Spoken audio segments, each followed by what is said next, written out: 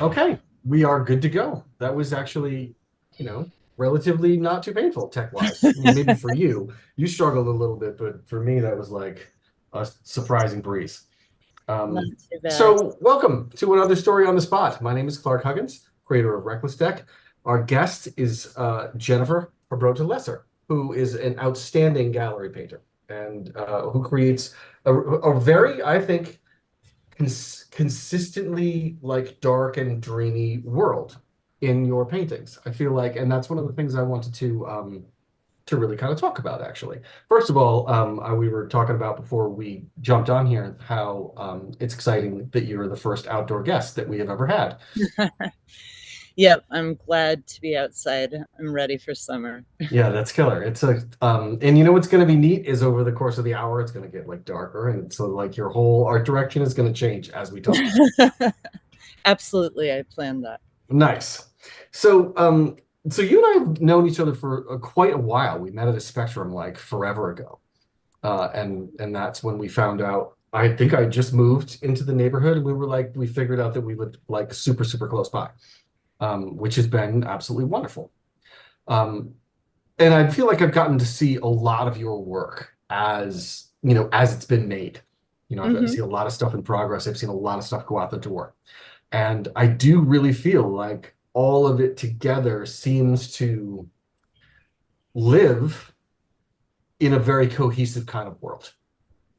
That it all almost feels like the same kind of like David Lynch movie or the same Scorsese mob movie. That it like feels very, very connected to each other. And if you had the opportunity to describe that world, like how would you describe it? Um, I think it's a world from a very um, female-driven perspective. For real, I was actually going to ask you a question about that. I think a lot of my work is kind of looking at our shadow selves, looking at the darker parts of our identities that we don't always want to come to terms with, and kind of exploring the edges of that. And my work also explores nature a lot and kind of reconnecting with nature. We're all natural beings, and so I think part of exploring the shadow side of yourself is goes hand in hand with exploring nature. Nature's not good or bad; it just is, and I really try to work with that within my paintings.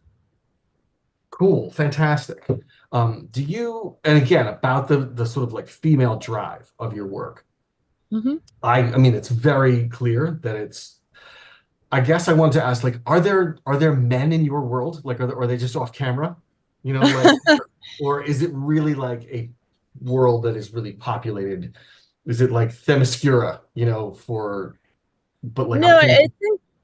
I think there are men in my world. I mean, as you know, there are many men in my world. In my house, I'm surrounded with men.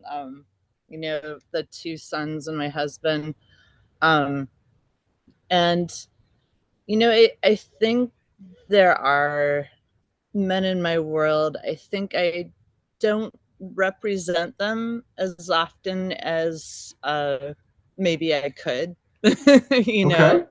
um, at some point I probably will be painting more. And in the past, I've painted couples together and men and women together.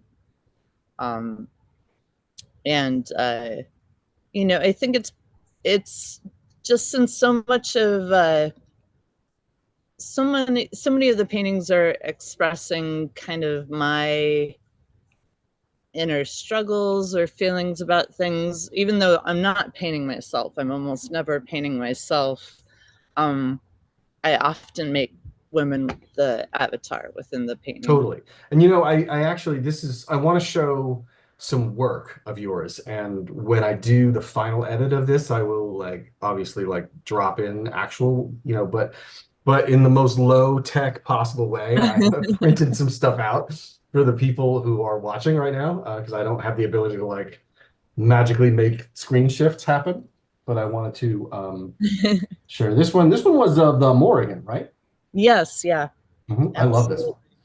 one. Thank you. So just to give anybody watching this a sense of Jennifer's world, because it's the world we're going to play in story-wise. We are going to use my card system, Reckless Deck Psyche, to try to create some narrative that would exist in the world of her paintings, which is going to be so fun. I'm so psyched. Um, this one is another one that I really, really love of yours. Thank you. Yeah, the siren. And here's another one that I printed out. So, like really powerful um, women, but also very, very feminine. You know, it's certainly not like aggressive, powerful women. Not always. I mean, there are a couple, but a lot of them seem to be in this almost like I don't want to say like a reverie kind of state, you know, Hmm. or almost like a transcendent kind of a state. You know, it's certainly Yeah, there's seems to be a lot going on with them in that moment, but it's not like they are not they seem to be experiencing something that's kind of heightened. mhm, absolutely. And was Yes. that consistent even like in school? Do you feel like you found your way to this um kind of like organically and naturally, or did you have to really like struggle to find it? Um, I think it, I was always interested in people and emotions. And, you know, when I was in school, I was doing these really large scale, like 4 foot by 5 foot Wow. kind of slightly abstract expressionist portraits um, of all kinds of people. It wasn't necessarily just women.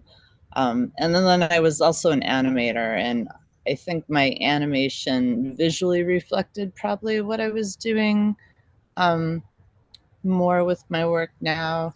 It was it's kind of a stop motion, 3 dimensional animation involving lots of masks. So um, Like actual like do you mean like actual mask, like theatrical masks or like um, disguises, or do you mean like some sort of like technical kind of mask? they were actual masks. I had made a plaster cast of my own face, and then I Wow.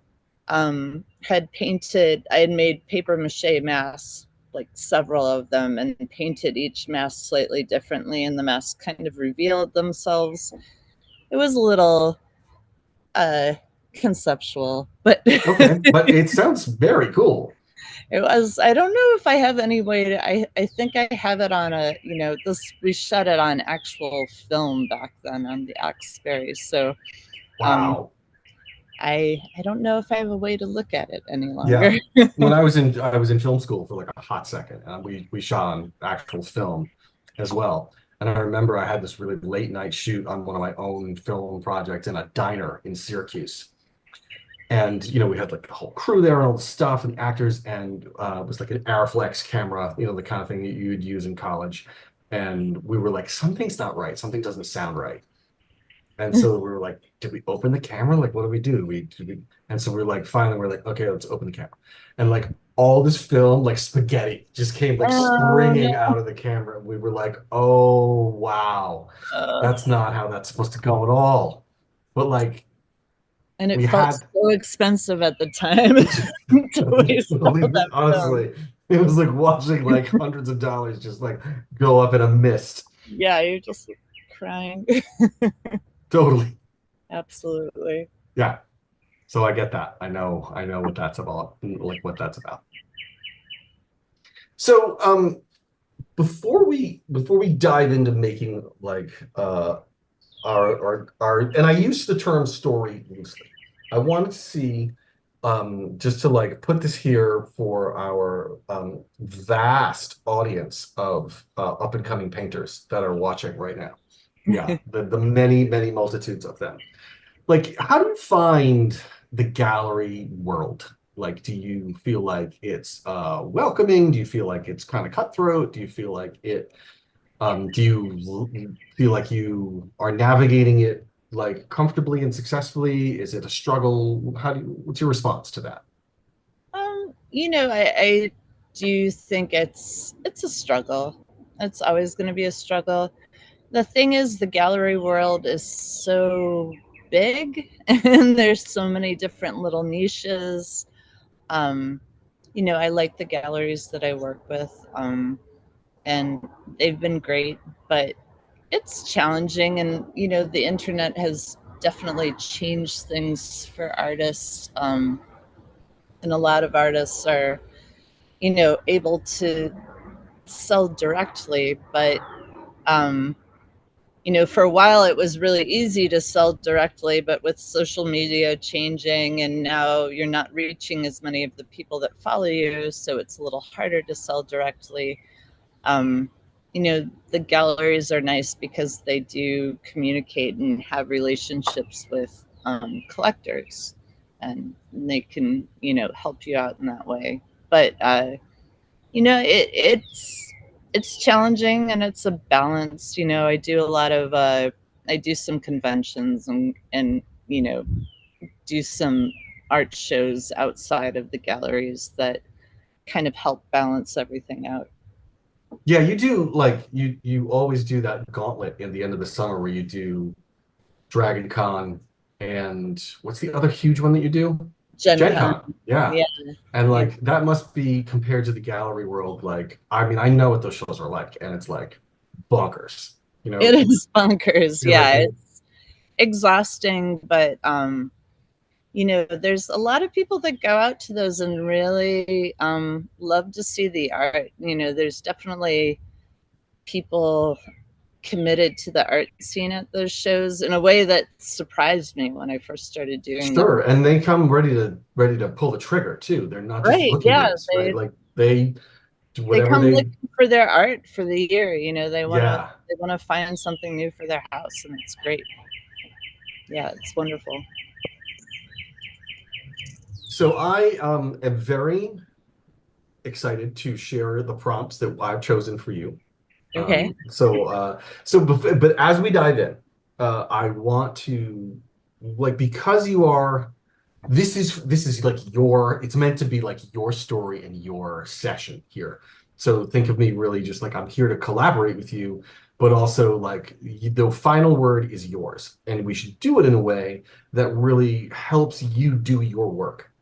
Okay. And since I don't necessarily know that you're like out to like write a screenplay or write a novel, you know, I feel like it's more if a beginning to end is not as useful to you as maybe like a series of vignettes that have a lot of like visual zhuzh to them. You know what I mean? Like they don't necessarily have to all connect in a linear story, I think, for your purposes. Like they can, we can do that, but if they don't, and it just ends up being situations or these sort of like scenes that are interesting to you, then Mhm. that is totally good. Sounds great. And I wanted to ask you, to the degree to which you want this, if you, as we start doing this, if you feel like you want to share what might be firing in your head and visually about like, oh, can totally see this. Like there could be like, I know how I want to set this up or set this scene. I think that, people would find that cool to really get a little bit of a window into, how things are starting to form in like your own Okay. mind. Okay. So Okay. let's jump into the cards. For anybody that hasn't seen me do this before, Psyche is an 8 category system that is designed to give you different facets of your character's mind, like what their mental landscape or their mental layout is all about. 4 of the categories are what I call a core categories. They apply to any character in any genre. They're very universal in that way. And then the other 4 categories are very specific to a particular genre. But I have chosen cards from multiple different genres for Jennifer, and we'll see how that looks in a second. So I'm going to do the camera switcheroo, um, and we're going to start rolling.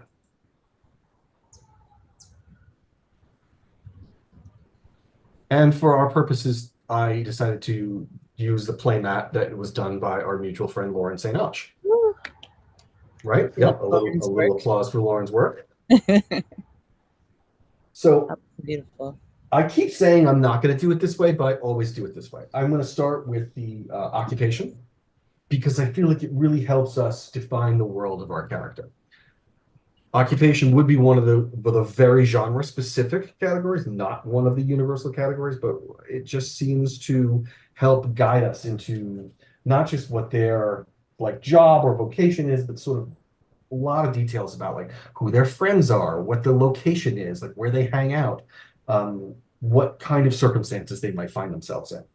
And your first choice is an acolyte or a priestess. Mm-hmm. Second choice is a hunter. Mm. Choice three is a druid, or an oracle or a seer.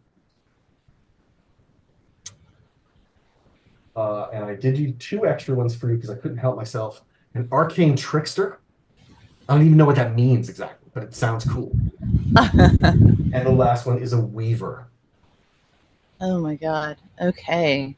Oh, and the thing that we didn't talk about, that because we had some tech issues ahead of time, is as you look at this stuff, feel free to talk out loud.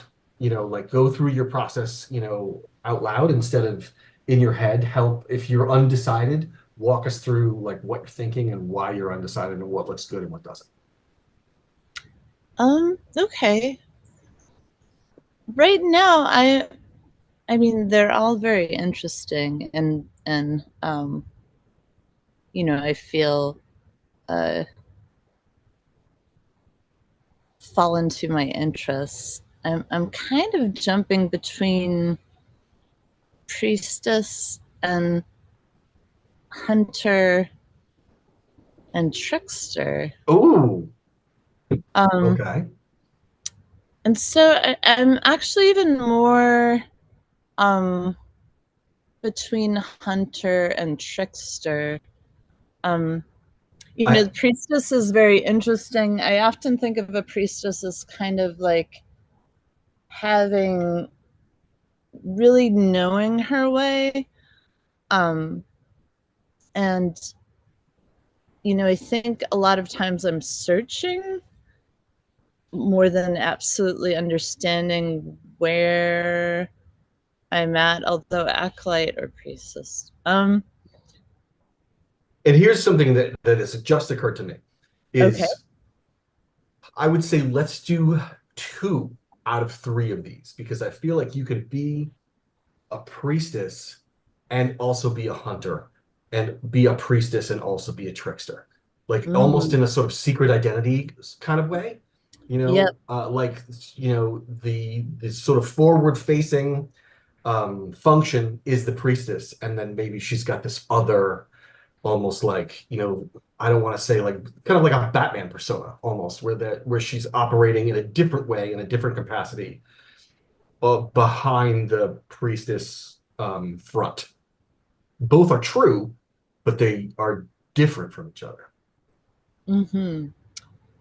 Okay, I think maybe priestess and hunter. Okay. Do you like that idea? I mean, again, that's just occurred to I me. you know I think that's an interesting idea, and I think that it lends itself to introspection on the other. You one um, kind of helps the other understand what it's doing. Cool. I And like that. I like that you like it because I feel like you're saying like, oh, I think one helps the other, and I also think that there is the possibility that one conflicts with the other.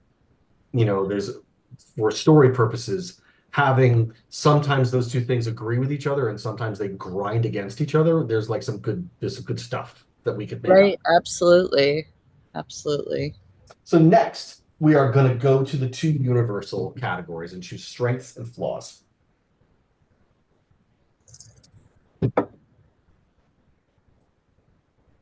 Your first strength is that they are forgiving, that Mm-hmm. they can release feelings of resentment or vengeance.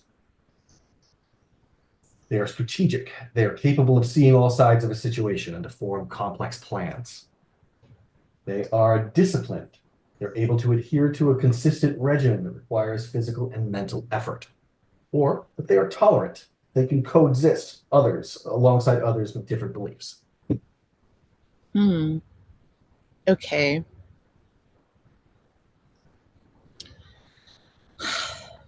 So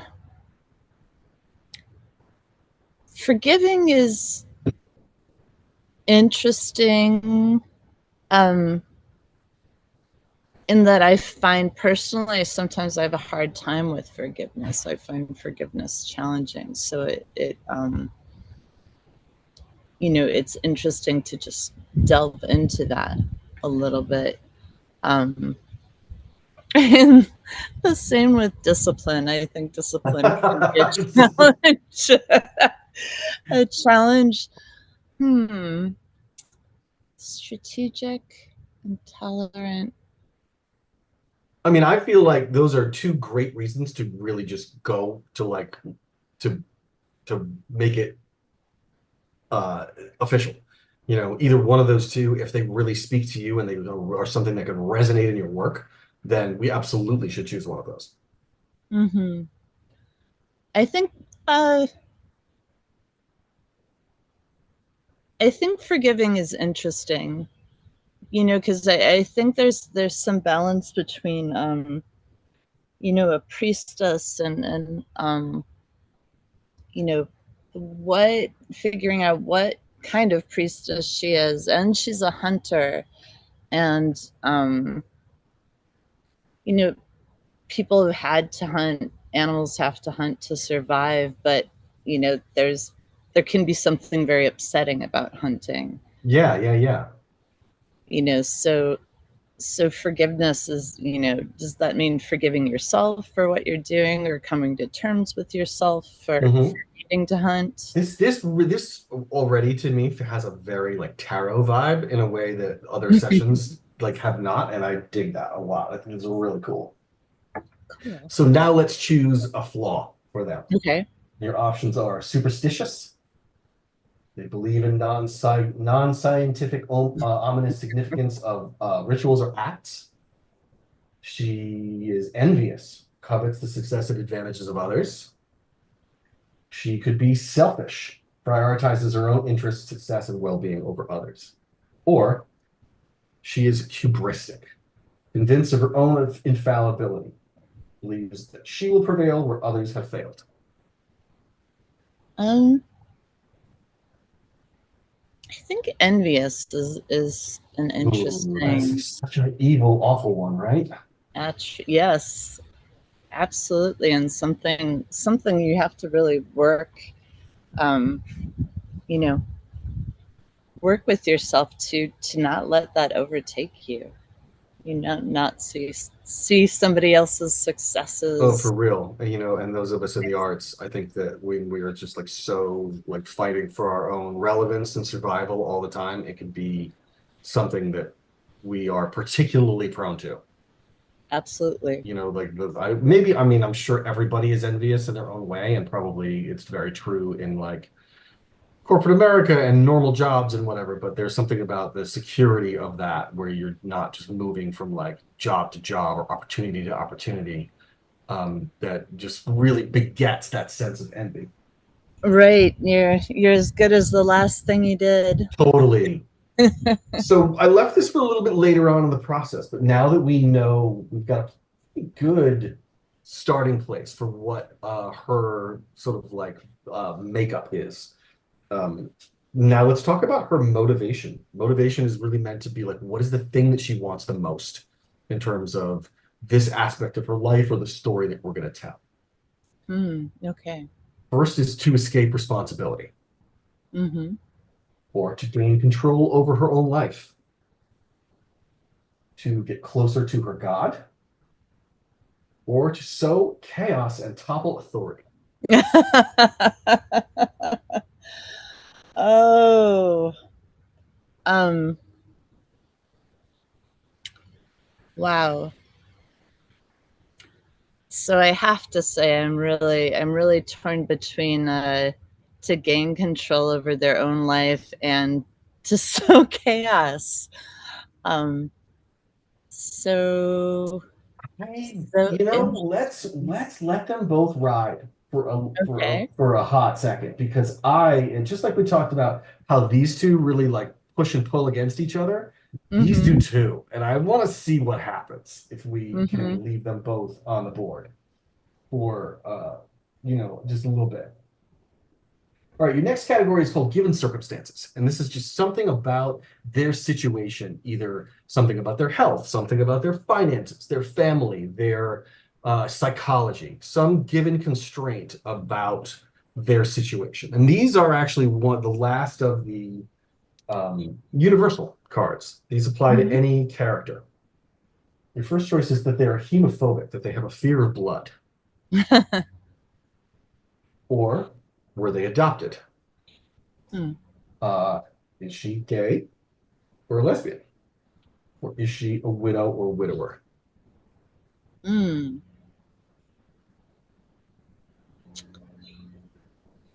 I'm gonna say gay or lesbian. Oh, I think wow. that's Okay. more interesting. Although the widow or widower, no, I think I'm gonna stick with gay or lesbian. Okay.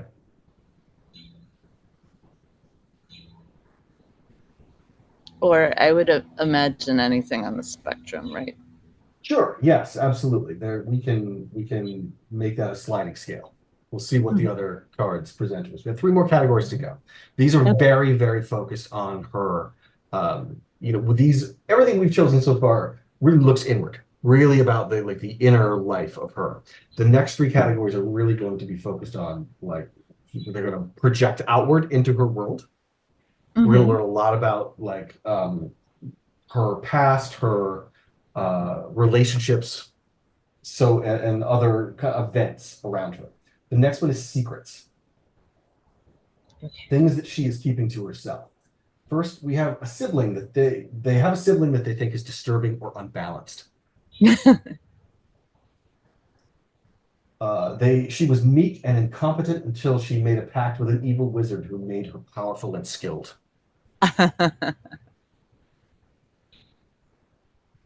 The scholarly volume she's been entrusted to deliver contains knowledge for accessing all new facets and levels of magic power. Hmm. Or she possesses a sealed vessel containing a swirling mass of pure concentrated evil that is struggling to escape. And the last one, Um, and this one's a little bit different. I gave you a fifth one. Years ago, she killed a wealthy, beloved member of a city who was not at all who they seemed. huh.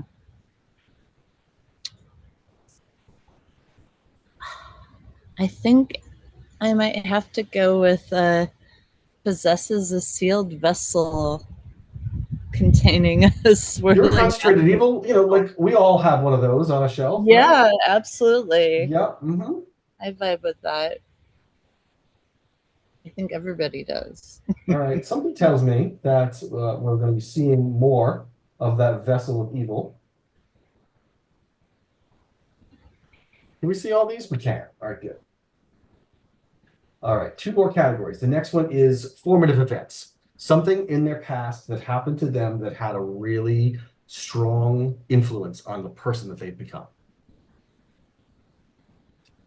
Was once in love with someone from a rival house or kingdom, which their parents put a stop to.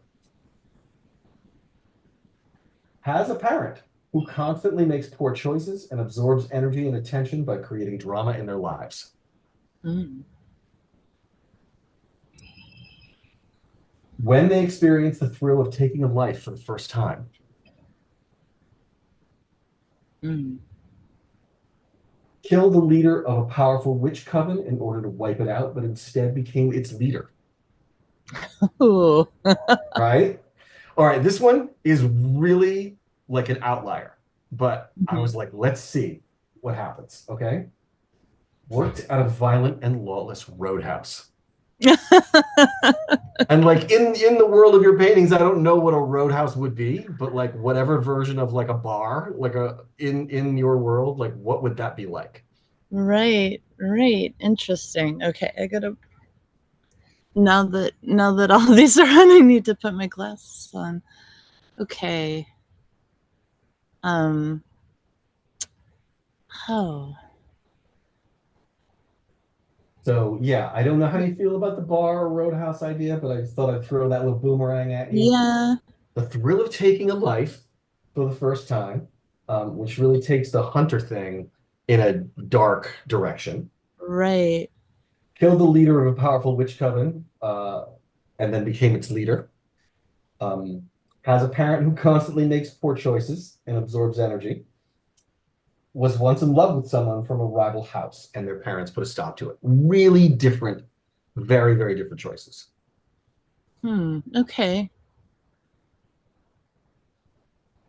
I'm gonna go with worked at a violent and lawless roadhouse. Get out of here. Oh, wow. Um, I think I like the idea of looking into bad choices we might have made Okay. younger selves and I never made any bad choices. well, I mean, I not that I personally No, ever no, made, yeah, exactly. I am just but a towering pillar of absolute correct moves. but I do think, yeah, worked at. I don't, I think it might be. Well, maybe it's a roadhouse. I don't know. That worked at worked at a place that maybe wasn't the most upstanding place to work. I like, Okay. yeah. And also, I don't know if the people in your world have jobs. They seem to they seem to all have almost like this kind of like archetypal mythological purpose. But it's hard for me to imagine any of them going to work. Yeah, I don't. I mean, I definitely don't think of them as having their jobs. I mean, I suppose everybody has a job in some way, a purpose to do. But yeah, this will be like a new direction to think in, or a more specific direction. I don't know if a roadhouse lives in my world, but maybe it's gonna. Maybe it will. Yeah, it could be much more like genteel. It could be like something almost like some place that Lord Byron would hang out. It doesn't necessarily have to be the Patrick Swayze version of a Oh road. yeah, it's not a Coyote Ugly Roadhouse or whatever. Okay, all right. I don't know that there were some merits to that one. Um, but all right, one more category, and then we're going to do some story. All right, the Okay. last category is inciting incident. What is the thing that has just happened in our character's world that has put them on the path of the story? So, Okay. what is the event that has kind of flipped over their apple cart and forced them, as Brandon Sanderson says, it is a really amazing YouTube video series, like causes them to protag, like To protag, yeah, to what's go gonna out make and it protag, right? right? So receives an invitation to a lavish ball hosted by a wealthy noble house rumored to engage in necromancy and dark magic. Hmm. A missing and presumed dead loved one reappears after a years long absence. Disobeys an order from their parents, forbidding them from opening a particular locked chest. Mm. Locked tombs. Has just joined a secret organization that controls the flow of magic energy. Hmm. Okay. An ancient sphinx presents them with two undesirable choices, both of which it claims will result in their own death. Oh. And here's one that we've done a lot of pairs. This last one, because I really just couldn't not, I thought it was really cool.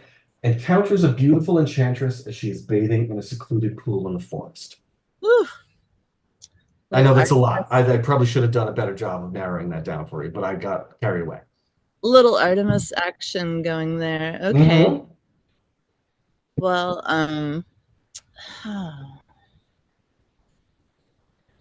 I mean, with the hunter and the gay lesbian backlight priestess,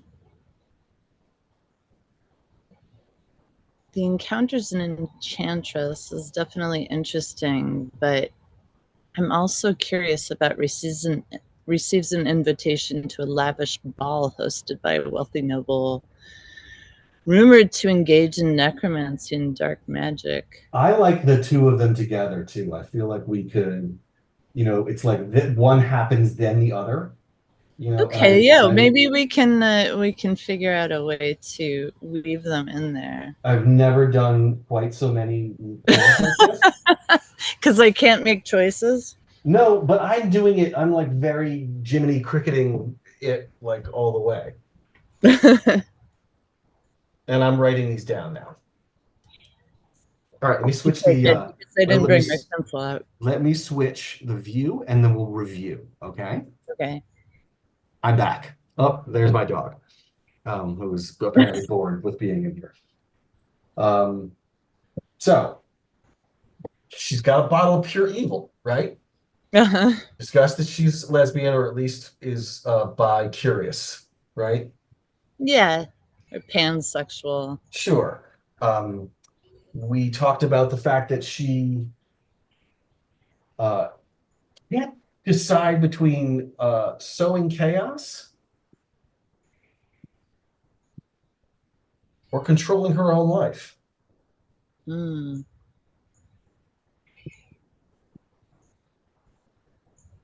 Those are such two opposing forces, man. So wait, did you say serving? Oh, sowing chaos. Okay, Sowing that's chaos, different. yes. Yes, Yes, we serving chaos, that comes later.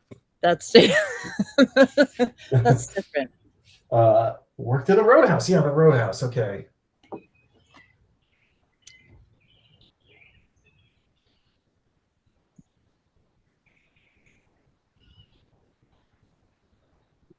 I wonder how the roadhouse and the priestess, like, do you think that's the same place? Do you think that there is a version of a roadhouse that actually has like almost like a religious-y kind of vibe?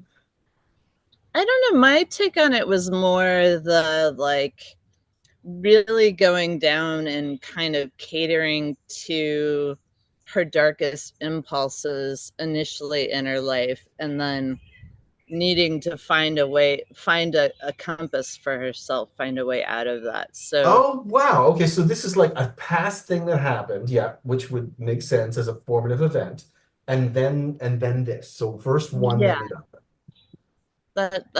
that's my thought. I love it. Um, and then we've got Encounters an Enchantress.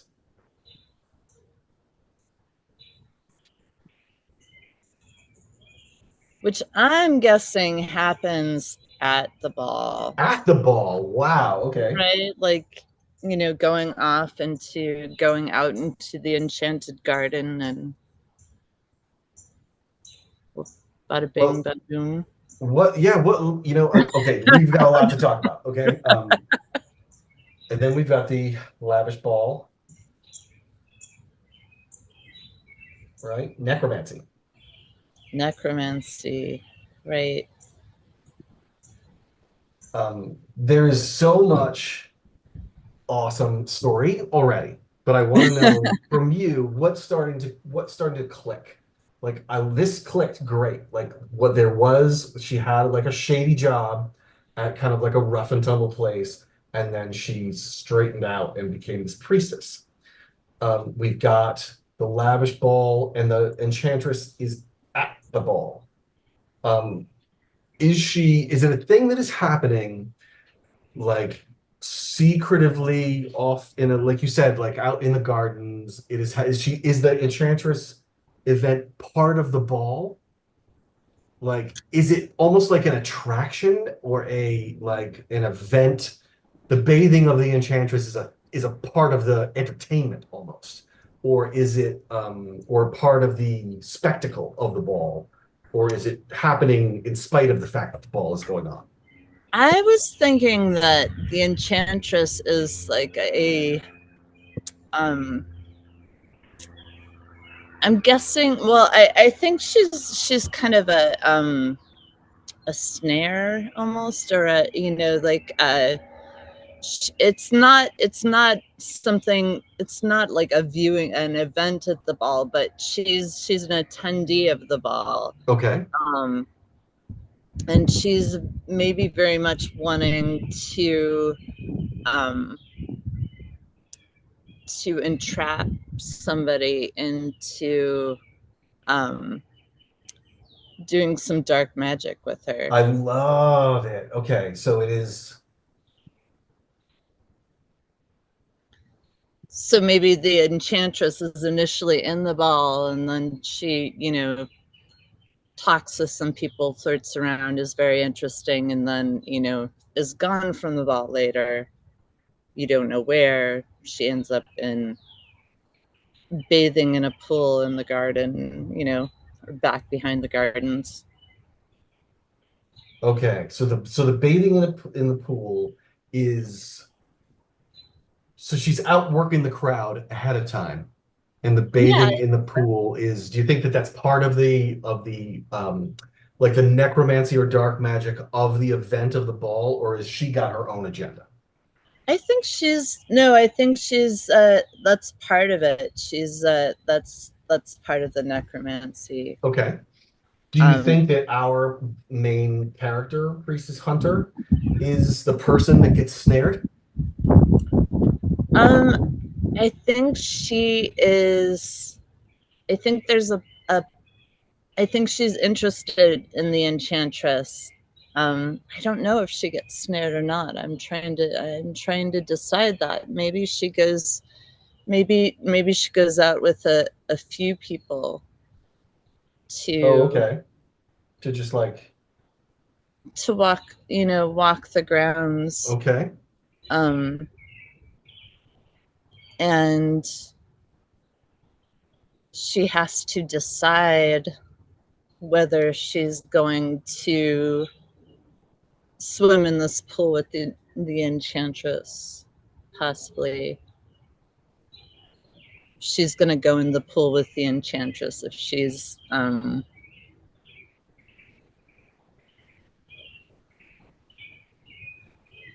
I think maybe she can tell that the enchantress is not straightforward, like she has reasons to not totally trust her. Yeah, but she also has a long history of not caring, Yep, right? exactly. Like Right. she definitely is like that very what's the word for somebody who's like very this and also this? Like she's definitely got two very opposing forces in her life. Yes. And I Which and I think she's maybe attracted to chaos, yeah, which yeah, led her yeah. to the Yeah. roadhouse in the beginning.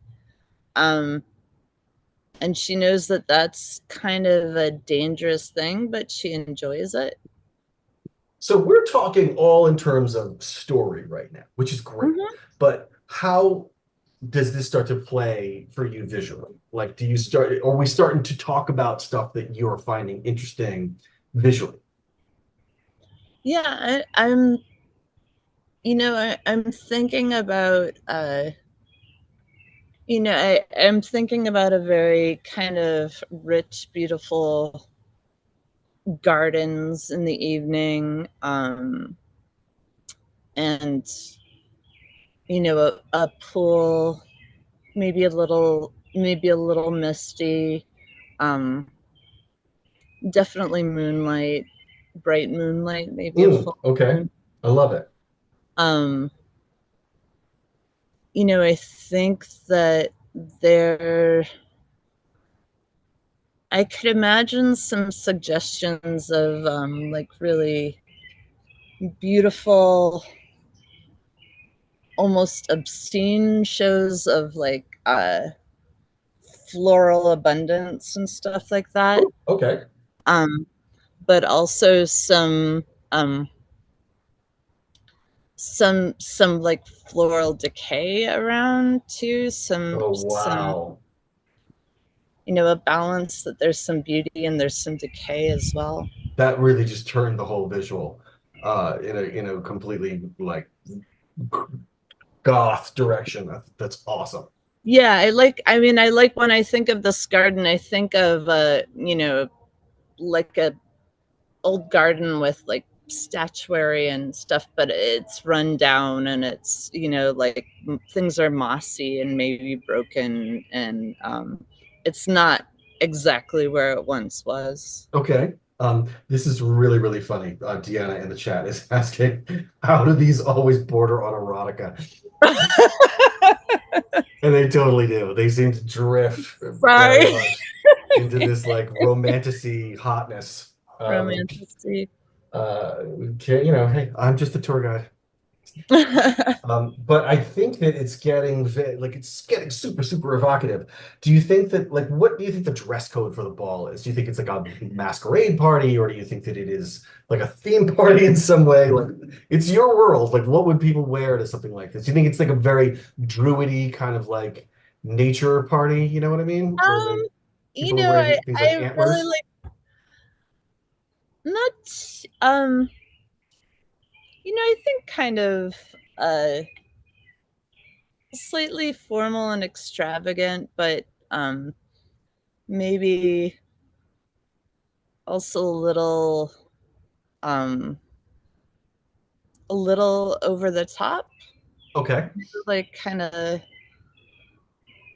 celebratory. I don't know, almost like a maybe like a Mardi Gras type vibe Oh a little bit. wow. Okay. Not necessarily that it would be Mardi Gras, because I don't, that Mardi Gras is not in my world. I Right. mean, I love Mardi Gras, but the whole like, But something with that sort of like elaborate theatricality is kind of like yeah, what. yeah, something just with abundance and celebration and Okay. Do you excitement. think that let's talk about the bottle of evil. Do you think that where can we make this a an important function? Like I wonder if she does she have it already? Does she get it at the ball? Does she try to get rid of it at the ball? Does the enchantress give it to her? I mean, I feel like maybe that's part of her priesthood, is that Oh, she has to be in charge and protect this bottle and not let it go, not let it slip into oh wow. Okay, hands, not so let it open. the bottle of evil is like her job. Like we talked about Yeah. like them having jobs, like that is her like charge. Okay.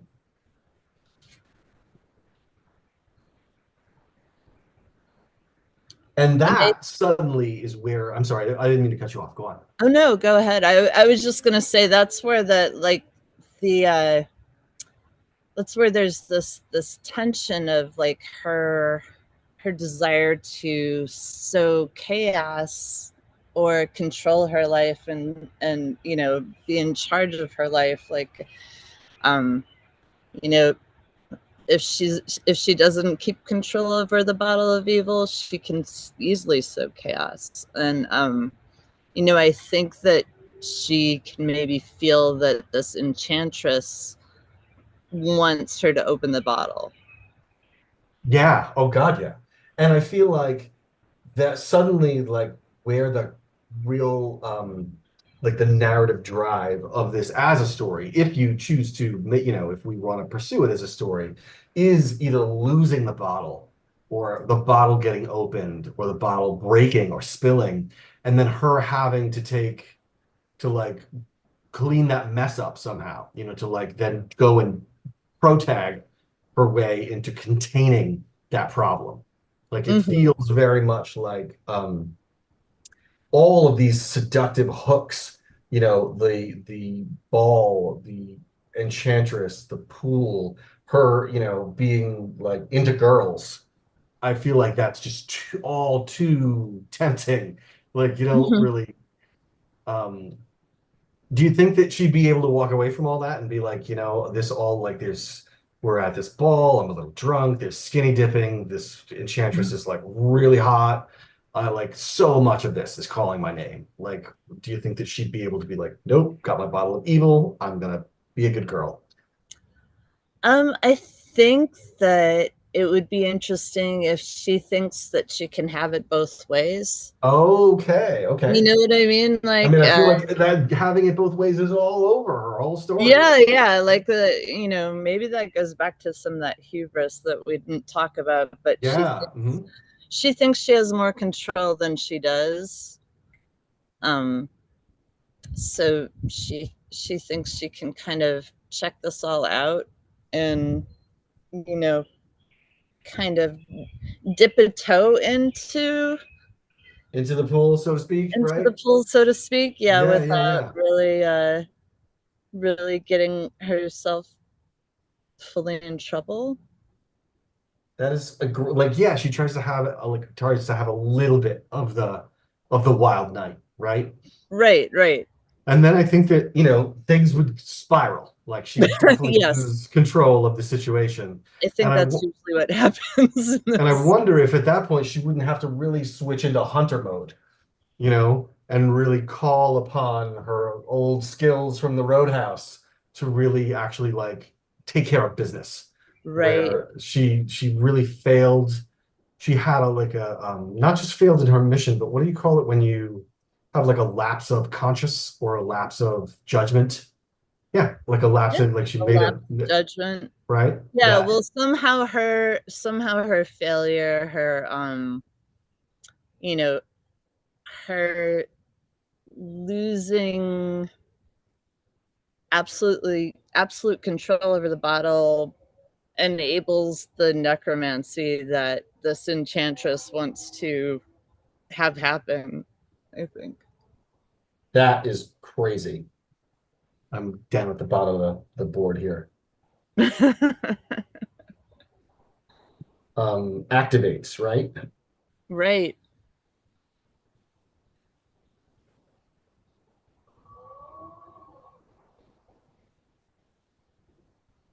Activates the necromancy. And that is my drawing. That means necromancy. But you can't really see it. Let me see, because I'm Oh, very, very proud of it. Right? that is I think it's excellent. my best work, actually. It is Oh, I just found this your out. new Hold logo. on. Yeah, there we go. So I think that this is really, really like it suddenly gets way more than she bargained for. Hmm. And I think it would be interesting. I love the Enchantress, and I love their attraction and their relationship. And I think it would be very interesting if it wasn't just about her being a mark, or being a trap, that there Hmm. is this like real something between them.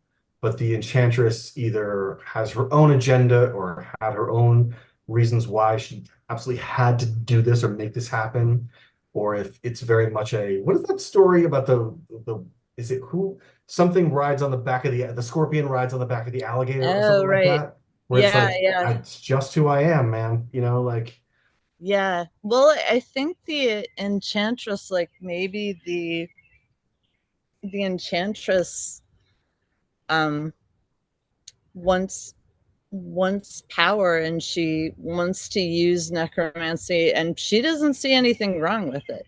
oh, okay. It's just like win-win. But the priestess, I think it could be really not, kind of really against the laws of nature. And I think that part of her priesthood is kind of about balance and protecting nature. And so um, maybe she could struggle with, I don't know what the enchantress necessarily would want the necromancy to be used for. I mean, power is just like a Yeah, general. that's sort of like, if you were to write the novel, like you could go for our purposes right now. I don't think we need the answer to that. You certainly could find out what the answer is, but Mm-hmm. for now, like that, just the fact that it is floating there, I think is plenty to work with. But Right. I wonder, so much of your work involves animals, right? There's Mm-hmm. just loads and loads of them. And due to her like her status as a priestess and her status as someone that's containing this evil and is kind of pro nature, as you just described, or connected to nature. I wonder if she could recruit animals into her, rather than necessarily, does she go to the priestesses for help? Does she turn to some of the other, people at the ball that she knows? Like, does she turn to her friends? Does she handle it alone? Or does she maybe try to like pull in the animals that are, in her sphere to help solve this problem?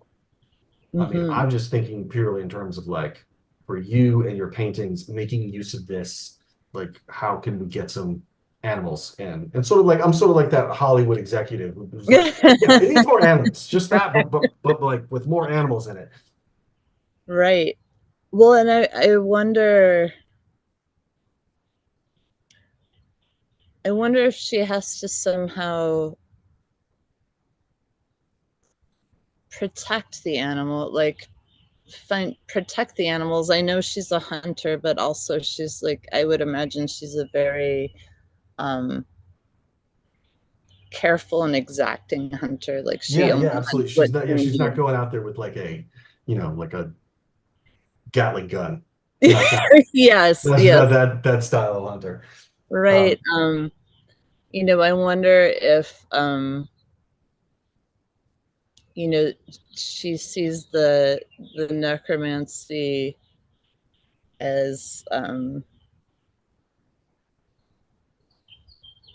damaging to the other animals or to the to the beings around her. oh, I just, again, I feel like I just cut you off. Sorry. Go No, ahead. no. That Deanna in the chat says, like, what about like creatures of the night and creatures of decay? Like we've got this like decaying vibe here, rather than like a full-on Cinderella thing where she's like pulling in, the birds and whatnot. Like you could maybe in this environment we've got like, Right. Deanna says, like, like vultures and possums and rats and bats, and I just looked at a painting of yours online that had bats in it that was gorgeous. Oh yeah, I love bats. I love So bats. I think Deanna's got a great idea. I think that that could be really cool. Um, I think having bats and um I also want to I mean possums are cute and so weird, but I can't imagine painting a possum, but I could definitely imagine bats and coyotes maybe. oh, that's awesome. Yes. Coyotes at night, I think, are definitely something I think of as you know hunters along with the hunter at night. I think they could be Yeah, fun. that's some like that really like aligns in a great way, right? Yeah, yeah. I like the coyote idea. So I feel like that's a lot to work with.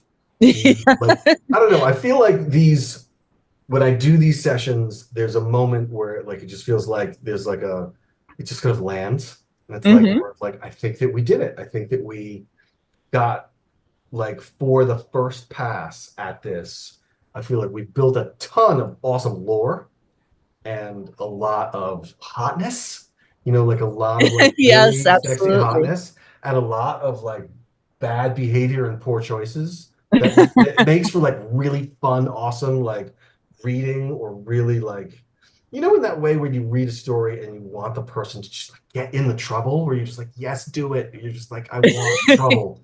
Yep, make their Mostly own. because it's their problem and not yours. Like you won't have to clean up the mess. Absolutely. And then we've got like this very high stakes bottle of evil, and then we've got all these awesome animals. I just feel like, yeah, we don't know how it all wraps up, and we don't know every detail of this, but man, I feel like this is such a great, I think, like a very, very compelling setup. and like Yeah, a really strong scaffolding to start to hang things on. And especially absolutely. since, unless you suddenly decide you want to go and like write this hot romantic novel, which by all means do, but I've never heard you say like, yeah, that's on my bucket list for this year. Um, I feel like painting wise, I hope that we've created some scenes or vignettes that would be really interesting and really fun to paint or to like go down that road. Yeah, I think there are some really, really cool things in there. Absolutely. My brain's going. Good. Do you have a favorite? I'm just curious if we can like take a like a little bit of a peek into your, like what is playing out mentally for you in like your inner movie camera. Like what of these is really the standout marquee image or the scenario that is the most interesting? Um, hmm. I mean, I can imagine seeing the Enchantress in the water and our priestess stepping into the water. Oh yeah.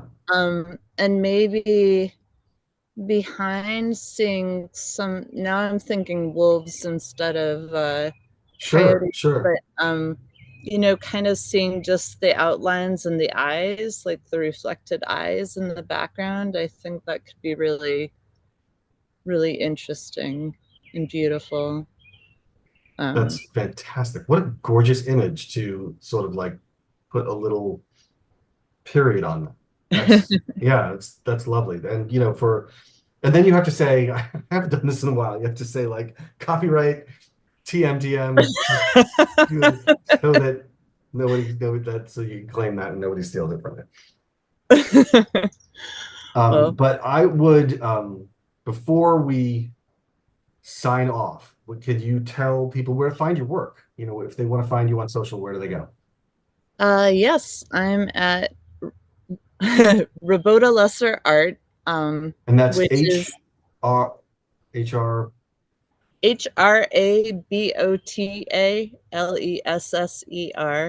art.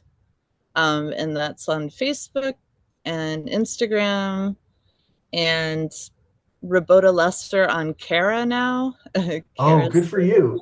Yeah, platform. I set up an account, but I haven't done anything with it yet.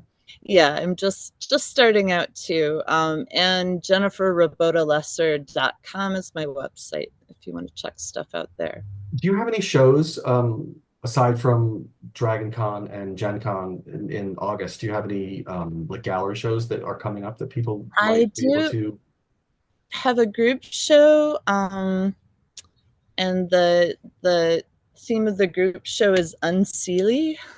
Um, so it's kind of dark fae, and that'll be Oh, at Haven wow. Gallery coming up. And oh, I should know the opening date. I don't know, but it is July, Okay. sometime July. Haven Um, Gallery is in New York, right? It's not in Manhattan. It's slightly it's upstate. Is on that right? Long Island, yeah. Okay. Oh, Haven okay. Galleries in Long Island. So that one's coming up, and the Ars Necronomicon show will be coming up in August. So Yeah. I'm looking forward to that one too. And yes. I will have Psyche. I will actually have, if anybody watching really enjoyed this card process, this system is, after a long, hard road, this Kickstarter project is starting to ship as of the end of this month, beginning of July. So you can get it and have it and use it. And you can get it at recklessdeck.com. You can pre-order it now and you'll have it in your hands sometime around the 4th of July. And if you've watched this video and you like it, please give us a like, subscribe to the channel, do all the things that I always forget to say to do, right? But like, yes, please subscribe to the channel, give us a like. It would really mean a lot as we go forward with these. Thank you, Jen. This was tremendous. I'm still, these ideas are still like in my head. You know what I mean? Like I'm still seeing all of this. Like I'm doing the sort of like goodbye and thank you, but I'm also like, oh, I kind of am into that pool and that ball and that all of that. So thank you for giving us such an awesome, gorgeous mental picture to work with. Absolutely. Thank you. This is This, really fun. it was really fun. Really enjoyed this one a lot. Thanks again, and everybody, thank you for watching. We'll do this again really, really soon. See ya. Bye.